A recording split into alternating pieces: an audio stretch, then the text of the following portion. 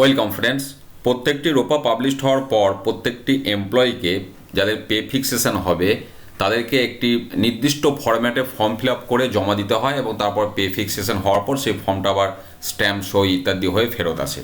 তো সেই ফর্মেতে যে যে আইটেমগুলো থাকবে একদম সেইগুলো দিয়ে আমি তৈরি করেছি এবং এখানে জাস্ট আপনারা একটু ইনপুট দিয়ে দেবেন, ফর্মটা অটোমেটিক রেডি হয়ে যাবে এবং এটা A4 সাইজে আমি পেপারে সেট করে দিয়েছি, প্রিন্ট হয়ে যাবে। প্রিন্ট করে সেটা আপনারা সেখান থেকে আপনারা এবার যে অরিজিনাল ফর্ম দেবে সেখানে আমরা দেখে দেখে পোস্টিং করতে পারেন।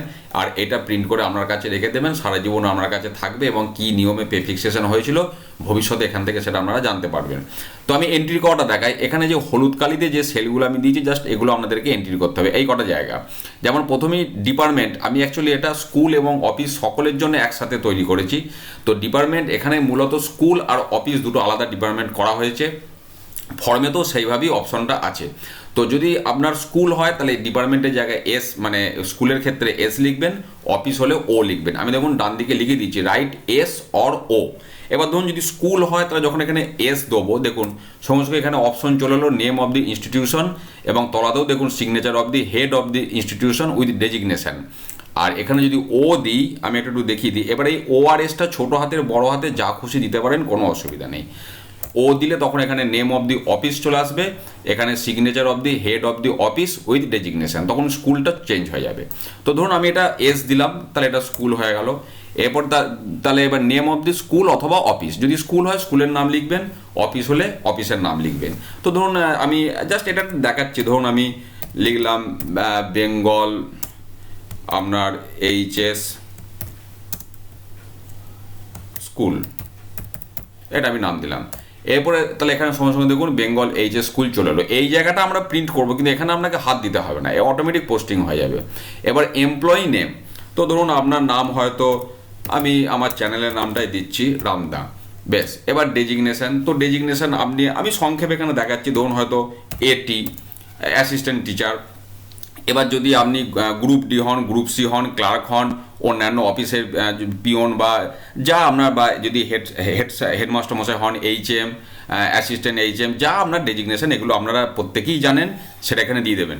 তো নাম আর ডেজিগনেশন দেওয়ার পর সাথে সাথে দেখুন এখানে উঠে গেল name and designation of the employee, নাম কমা দিয়ে তলায় ডেজিগনেশনটা অটোমেটিক চলে আসবে, যার যা ডেজিগনেশন দিয়ে দেবেন। এরপরে চলে এলো স্ট্যাটাস।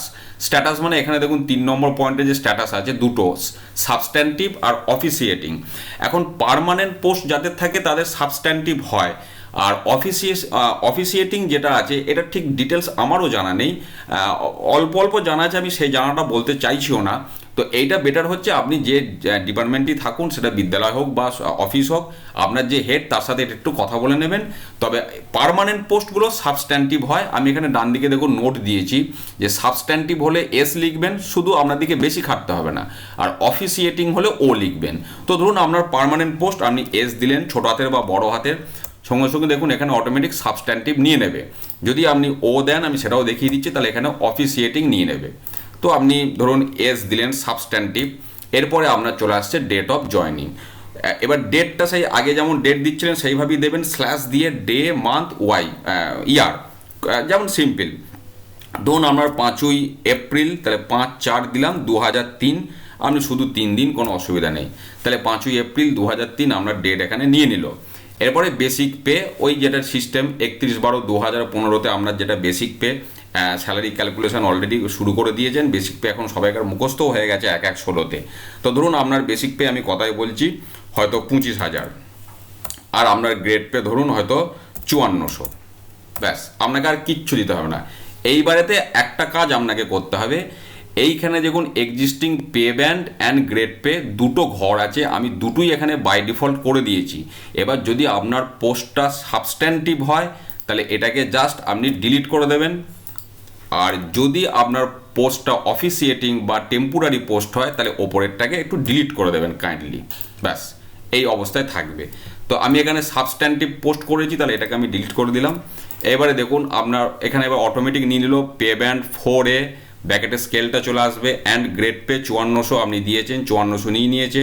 তারপরে দেখুন basic pay in the existing pay, আপনি 25,000 দিয়েছেন, 25,000 নিয়ে নিল। সেটাকে 2.57 দিয়ে গুণ করে রাউন্ড অফ করার পর কত হবে না 64,250।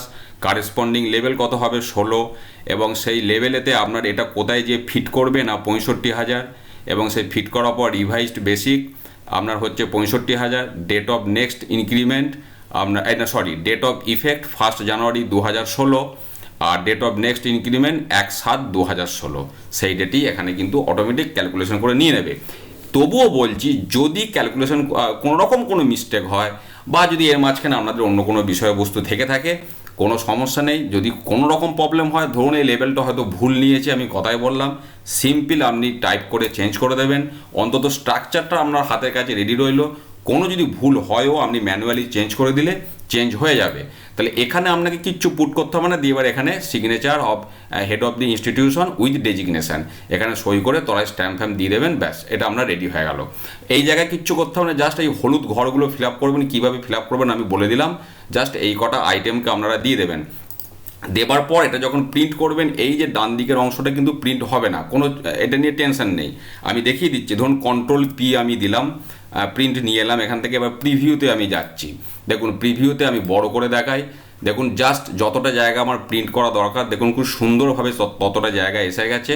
ব্যাস এখানে HM এর সই, আর এখানে তলাতে আপনার স্ট্যাম্প ইত্যাদি দিয়ে দেবেন। এবার এইটা প্রিন্ট করে আপনার কাছে রেখে দিলে এটা আপনার একদম একটা অ্যাসেট হয়ে গেল। এরপর যখন রিটায়ার করবেন বা পরে পরে যখন এটা দেখবেন, এক নজরে সমস্ত কিছু আপনি বুঝতে পারবেন। এবং যখন অরিজিনাল ফর্ম ফিল আপ করবেন, এখান থেকে জাস্ট ফিল আপ আপনি দেখে দেখে পোস্টিংগুলো করে দেবেন। যে যে আইটেমগুলো আছে এই আইটেমগুলোই কিন্তু আপনার থাকবে যে ফর্মটা আমাদের ফিল আপ করতে হবে। তো এটা আমি রেডি করে দিলাম, কীভাবে এন্ট্রি করবেন সেটাও বলে দিলাম। আর এই এক্সেল শিটটা ডাউনলোড করার লিঙ্ক অ্যাজ ইউজুয়াল ভিডিও ডেসক্রিপশানে দেওয়াই থাকবে, সেখান থেকে এক্সেল শিটটা ডাউনলোড করে নিন। এবং অবশ্যই এই কাজটা মোবাইলে করে বিশেষ লাভ নেই, কারণ প্রিন্ট করার ব্যাপার যেখানে আছে মোবাইল থেকে করে তো কোনো লাভ নেই। এটা অবশ্যই কম্পিউটার থেকে আপনারা করবেন। তো যেগুলো এন্ট্রি করতে বললাম এগুলো এন্ট্রি করুন। প্রিন্ট যতটা করতে হবে সেই জায়গাটা অটোমেটিক এসে যাবে। যদি অটোমেটিক আসতে কোনো সমস্যা হয়, ম্যানুয়ালি আপনারা টাইপ করেও প্রিন্টটা করে নিতে পারবেন। অন্তত স্ট্রাকচারটা আপনার হাতের কাছে রেডি রইল। তো এটাও হাতের কাছে রাখতে হবে, হিসাব নিকাশ করার পাশাপাশি এই ফর্মটাও কিন্তু ফিল আপ করতে হবে। এটা দেওয়া রইল। এখনও যারা চ্যানেলটি সাবস্ক্রাইব করেননি, যদি ভালো লাগে অবশ্যই সাবস্ক্রাইব করবেন, ভিডিওগুলো শেয়ার করুন। খুব ভালো থাকুন, ধন্যবাদ।